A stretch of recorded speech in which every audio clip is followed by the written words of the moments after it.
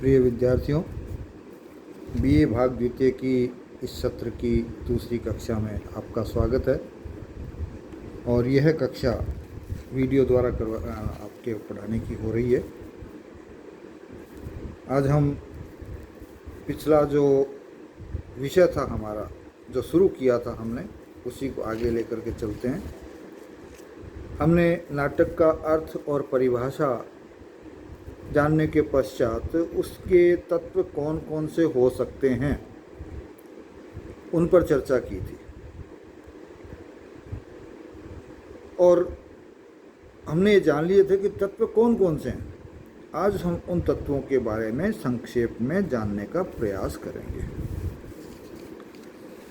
तो हमने पिछली बार जाने थे कि नाटक के जो प्रमुख तत्व हैं उनमें कथा वस्तु है, चरित्र चित्रण होता है, कथोपकथन होता है, देश काल वातावरण होता है, रस भाव होता है, भाषा शैली होता है, और उद्देश्य होता है, अभिनय होता है, और संकलन त्रय भी होता है। तो ये तो मैं मूलतः भारतीय और पाश्चात्य को मिलाकर के जो मानता हूँ वो मैंने आपको बताया। लेकिन एक और अन्य जगह थोड़े से अलग जो बताए गए थे, मैं उनके बारे में भी थोड़ी सी चर्चा कर लेता हूँ। बाद में हमने ये जो मैंने पहले बताए हैं उन पर थोड़ी सी चर्चा करेंगे। इन्होंने भाषा शैली हमने भी ले ली, कथा वस्तु हमने ले लिया, पात्र और चरित्र चित्रण हमने ले लिया, देश काल और वातावरण भी हमने ले लिया, और उद्देश्य भी हमने ले लिया। इसके अलावा नाटक में थोड़ा सा जो पाश्चात्य रूप के कारण अलग दिखावा हो जाता है वो इसमें अलग अलग करके दिया है तत्वों के अंतर्गत। जो एक अन्य जो नाटक के तत्व बताए गए हैं उसमें दिया गया एक तो वेशभूषा, जबकि हमने जो पहले देखे उनमें नहीं लिया गया। दूसरा ध्वनि योजना, अलग से इसमें भी कुछ नहीं लिया गया। तीसरा प्रकाश योजना, इसमें भी कुछ नहीं लिया गया। और रंगमंचीयता, तो रंगमंचीयता का तो हमने अभिनय के अंतर्गत ले लिया, चलो कोई बात नहीं, रंगमंचीयता ले लो चाहे अभिनय कर दो। तो ये तीन चीज़ें जो है वो अलग इसमें दी गई है, और हमने जो बताए हैं उसमें ये तीनों आ जाती हैं अलग अलग बिंदुओं के अंतर्गत। इसलिए हमने इनको अलग न दिखा करके अन्य जो 9 तत्व हमने देखे थे उनके बारे में हम आगे चर्चा करेंगे। पहला जो नाटक का तत्व आता है वो है कथा वस्तु। अब एक बात आती है कि कथा वस्तु किसे कहेंगे। पहली चीज़ तो ये स्पष्ट हो जानी चाहिए कि किसी भी नाटक में कथा वस्तु उसका प्राण होता है, उसकी जान होती है, या ये कहें कि उसका ढांचा होता है। पश्चिमी नाटकों में या पश्चिमी नाटककारों ने इसको प्लॉट कहा है। प्लॉट, किसी भी नाटक का, किसी भी कहानी का प्लॉट क्या है। हम जमीन का जैसे प्लॉट लेते हैं, उस प्लॉट पे हमारा जो मकान खड़ा होता है, तो इस कथा वस्तु पर ही पूरा प्लॉट खड़ा होता है। ढांचे से तुलना करें तो हमारा शरीर या मकान का शरीर, हमारा शरीर हड्डियों का हमारे भीतर जो ढांचा है उस पर खड़ा होता है। तो ये मान लीजिए कि ढांचा है। मकान का मूल जो ढांचा है किससे खड़ा होता है? ईंटों से खड़ा होता है। तो ये मान लीजिए ईंटों का काम करती है। तो अब आपके एक चीज़ समझ में आ गई होगी कि कथा वस्तु वह मूल चीज़ है जिस पर हमारा कोई भी नाटक रूपी भवन जो है वो तैयार होता है। इस तरह हम जान सकते हैं कि कथा वस्तु के अंतर्गत पूरे नाटक का सार आ जाता है। अब एक सवाल और उठता है कि ये कथा वस्तु जो है वो किस तरह की हो सकती है। एक जो विचार हम रखते हैं उसके अनुसार तो कथा वस्तु आधिकारिक हो सकती है, कथा वस्तु प्रासंगिक हो सकती है, कथा वस्तु दृश्य हो सकती है और कथा वस्तु सूच्य हो सकती है। 4 तरह से कथा वस्तु हो सकती है किसी भी नाटक में। आधिकारिक होता है मुख्य कथा वस्तु, और प्रासंगिक होती है उस मुख्य कथा वस्तु को सहायता प्रदान करने वाली कथा वस्तु। फिर कथा वस्तु में ही नाटक में एक होती है दृश्य, जो सिर्फ देखने और दिखाने के काम आती है, जिसका मंचन किया जाता है, और एक होती है सूच्य कथा वस्तु, अर्थात उसका मंचन नहीं किया जाता बल्कि उसकी सिर्फ सूचना दी जाती है। तो इस तरह से ये इसके कथा वस्तु के 4 जो हैं इससे हो जाते हैं। फिर है कथा वस्तु के स्रोत कितने हो सकते हैं, कौन कौन से स्रोत होते हैं कथा वस्तु के। हम जानते हैं कि कथा वस्तु कहीं से भी ली जा सकती है, और आपको भी जब कोई बात करने के लिए कही जाती है या कोई प्रश्न पूछा जाता है तो आप उसमें कई चीज़ें जोड़ते हैं, या कहाँ से कोई चीज़ का उत्तर लेके आते हो। तो उसी तरह से जो नाटककार है जब नाटक को लिखता है तो वो कहाँ से लेकर के आया है, किस तरह से लेकर के आया है और किस प्रकार का लेकर के आया है, उसके आधार पे हम कह सकते हैं कि ये स्रोत कौन कौन से हो सकते हैं। तो हम कह सकते हैं कि नाटकों के कुल 3 स्रोत होते हैं, 3 तरह के स्रोत होते हैं। एक तो होता है प्रख्यात स्रोत, दूसरा होता है उत्पाद्य स्रोत, और तीसरा होता है मिश्र स्रोत। प्रख्यात स्रोत के अंतर्गत जो पुरानी परंपराओं से चली आ रही बहुत सी जो कथाएं हैं, जो बातें हैं, जो घटनाएं हैं, वो इसके अंतर्गत आ जाती हैं, जो पहले से काफ़ी प्रसिद्ध होती है। उसी को आधार रखते हुए कोई नाटक लिखा जाता है। जैसे कोई भी ऐतिहासिक नाटक होता है, कोई भी पौराणिक नाटक होता है, तो उसकी जो कथा वस्तु है वो कहाँ से ली गई है, हमारे जो प्रख्यात ग्रंथ हैं उनसे ली गई है। तो ये एक प्रख्यात कथा वस्तु कहलाती है, या स्रोत जो है वो प्रख्यात होते हैं, जाने पहचाने होते हैं। दूसरा होता है उत्पाद्य, अर्थात लेखक या नाटककार की कल्पना से वो अपनी उस नाटक की कहानी को आगे बढ़ाता है, घटनाक्रमों को जोड़ता है, नई चीज़ें उसमें ला करके जोड़ता रहता है। उसके मन मस्तिष्क में जो भाव आते हैं, जो विचार आते हैं, जो कल्पनाएं आती है, उनको वह नाटक के रूप में व्यक्त करता है। अब इसमें क्या होता है कि व्यक्ति अपने जो भाव हैं, जो विचार हैं, उनको स्वतंत्र रूप से अपनी कल्पनाओं के माध्यम से व्यक्त कर सकता है और कथा वस्तु तैयार कर सकता है। जबकि ऐतिहासिक वगैरह जो होती है उनमें एक बंधन होता है जो उन ऐतिहासिक घटनाक्रमों पर आधारित होता है। तीसरा जो है मिश्र कथा वस्तु, तो इसके तहत जो नाटककार है वो प्रसिद्ध कथा और अपनी कल्पनाओं का मिश्रण करके कथा वस्तु को तैयार कर लेता है। आज की तारीख में ऐसी बहुत सी घटनाएं हैं जो पहले से चली हैं, जो पूर्ण रूप से प्रमाणिक नहीं है या प्रमाणित नहीं है।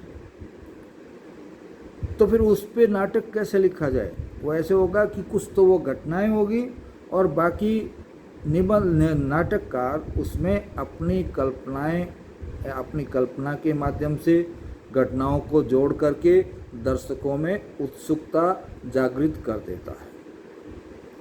वह पूर्ति जो कि उन घटनाओं के माध्यम से नहीं हो पाती है क्योंकि वो पूरी तरह से प्रामाणिक नहीं है, तो नाटककार क्या करता है, रचनाकार क्या करता है, उसमें कुछ घटनाएं जोड़ देता है अपनी मन की कल्पनाओं के द्वारा। तो इस तरह से ये जो कथाओं का अपने जो स्रोत है वो मिश्रित स्रोत कहलाता है। तो ये बात आपके सामने स्पष्ट हो गई होगी। अब हम आते हैं पात्रों पर। दूसरा जो है चरित्र चित्रण या पात्र। कोई भी नाटक हो, कोई भी कहानी हो या कोई भी कथानक या कथा वस्तु हो, चलो लेखक ने कल्पना भी कर ली, तो उस कल्पना करने के बाद भी उस कहानी को आगे बढ़ाने के लिए कुछ पात्र चाहिए, कुछ चरित्र चाहिए। उन चरित्रों की कल्पना करनी पड़ती है, उनका निर्माण करना पड़ता है, और उसके लिए उसको पात्रों का चयन करना पड़ता है जो उस कहानी को आगे बढ़ा सके। नाटक के पात्रों का गुण है, पात्रों का चरित्र है, पात्रों का स्वभाव है, इन सब के महत्व को ध्यान में रखते हुए वो पात्रों का चयन करता है। अब आता है कि नाटक में पात्र कितने तरह के हो सकते हैं। चलिए इससे पहले मैं एक चीज़ और बता देता हूँ। नाटक की जो अवस्थाएं होती है वो अवस्थाएं मैं बताना भूल गया था, वो मैं पहले बता देता हूँ आगे चरित्र चित्रण पे बात करने से पहले।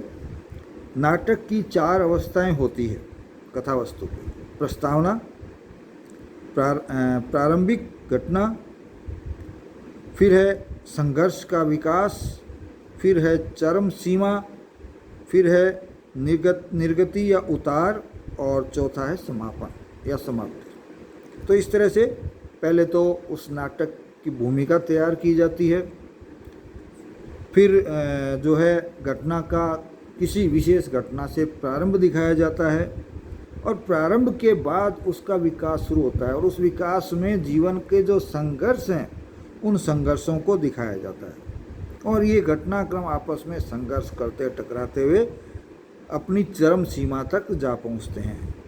और फिर जब कोई भी वस्तु अपने चरम पर पहुंच जाती है तो निश्चित रूप से उसका उतार भी आता है। तो फिर उतार या निगति या उतार हम उसको कह सकते हैं। छठा जो है समाप्ति, जब उतार भी पूरा हो जाता है तो वो उस नाटक की वहाँ समापन की क्रिया हो जाती है, अर्थात समाप्ति हो जाती है। अब एक चीज़ हम वापस आते हैं किस पर, चरित्र चित्रण पर। जब इन गुणों का ध्यान रखेंगे तो फिर नाटक में कौन कौन से गुण हो सकते हैं वो होने चाहिए। जैसे नाटक उच्च कुल का होना चाहिए, गुणवान होना चाहिए, अच्छा वक्ता होना चाहिए, मिलनसार होना चाहिए, वह सामाजिक व्यक्ति होना चाहिए। ये एक विशेष जो नाटक में नायक होता है उसमें ये चीज़ें पाई जानी चाहिए। ठीक है। अब आते हैं हम एक और तरीके से कि हमारे जो साहित्य शास्त्र की बातें हैं उनमें किन चीज़ों को लिया गया है और उसके आधार पे नायकों के या नाटक के पात्र जो उनको कितने प्रकार का माना गया। पहला है नायक। हम कह रहे हैं नायक ही कहते हैं नाटकों में, हालांकि उसमें कई तरह के पात्र होते हैं। तो नायक 4 प्रकार के माने गए हमारे। धीरोदात्त नायक, धीर ललित नायक, धीर प्रशांत नायक और धीरोदत्त नायक। अब इन पे विस्तार से चर्चा जो है हम जब नायक नायिका का अध्ययन करेंगे तो उसके अंतर्गत ले लेंगे। ठीक। अब आते हैं कि पात्रों का चयन करते समय हमें क्या ध्यान रखना चाहिए, नाटककार को क्या ध्यान। पात्रों का चयन करते समय केवल उन्हीं पात्रों का चयन किया जाना चाहिए जो कथानक को गतिशीलता प्रदान करते हैं। अनावश्यक पात्र कथानक की गति को धीमा करते हैं, अर्थात पात्रों की संख्या जो है न तो कम होनी चाहिए और न ज़्यादा, बल्कि उतनी ही रखी जानी चाहिए जितनी कि उस कथा को आगे बढ़ाने में सहयोग कर सकते हों। फिर पात्र उस कथानक के अनुकूल होने चाहिए। कथानक में तो कथानक कहीं जा रहा है और पात्र कुछ और तरह का हो रहा है तो वहाँ गलत हो जाता है।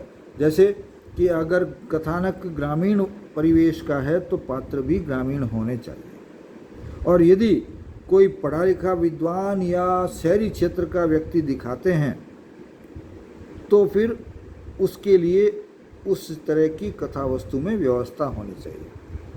इसी तरह पौराणिक हो तो पात्र भी पौराणिक में जैसे हुआ करते थे वैसे ही उसकी वेशभूषा होनी चाहिए, वैसे ही उसकी भाषा होनी चाहिए। तो इस तरह से हम देखते हैं कि हम नाटकों में चरित्रों का ध्यान रखते हैं या रचनाकार उसका ध्यान रखता है। फिर आते हैं हम कथोपकथन का, संवाद, कथोपकथन या वार्तालाप। कथोपकथन पात्रों का जब लेखक या निर्णय अपने नाटक का जब कर लेता है निर्णय कि ये पात्र होंगे, तो उन पात्रों के माध्यम से ही या उन पात्रों का जो चरित्र का विकास है उसमें भाषा का, कथोपकथन का, आपसी बातचीत का बहुत अधिक महत्व होता है। क्योंकि नाटक दृश्य है, लेकिन दृश्य होने के साथ साथ दृश्य भी तब मायने रखेगा जब वो संवाद भी साथ साथ चलेंगे। तो संवाद पात्र और वातावरण के अनुकूल होना चाहिए।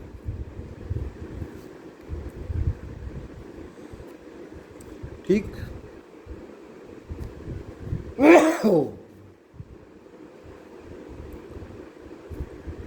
अब मान लीजिए युद्ध भूमि का दिखाया जा रहा है दृश्य, तो युद्ध भूमि वहाँ दिखाई जानी चाहिए, युद्ध भूमि में बोले जाने वाले संवाद होने चाहिए, वहाँ वीर और ओज रस की प्रधानता होनी चाहिए। तो वहाँ यदि आप खाली प्रेम रस की बातें करते हुए संवाद बोलोगे तो वो संवाद वहाँ मेल नहीं खाएगा। भाषा सरल सुबोध होनी चाहिए, उनकी भाषा अधिक क्लिष्ट नहीं होनी चाहिए। इसलिए इस तरह की बातों का ध्यान हमको यहाँ रखना चाहिए। अब है कि कथोपकथन किस तरह का हो सकता है। एक तो सर्वश्राव्य हो सकता है, तो सबको सुने। फिर होता है नियत श्राव्य, जो कुछ को सुने। और एक होता है अश्राव्य, अर्थात स्वगत, जो पात्र मन ही मन में बोलता है। तो 3 तरह के कथोपकथन हमारे यहाँ माने गए हैं। अब कार्य मैंने हालांकि पहले ही बता दिया, लेकिन फिर से कुछ और कार्य मैं बताता हूँ।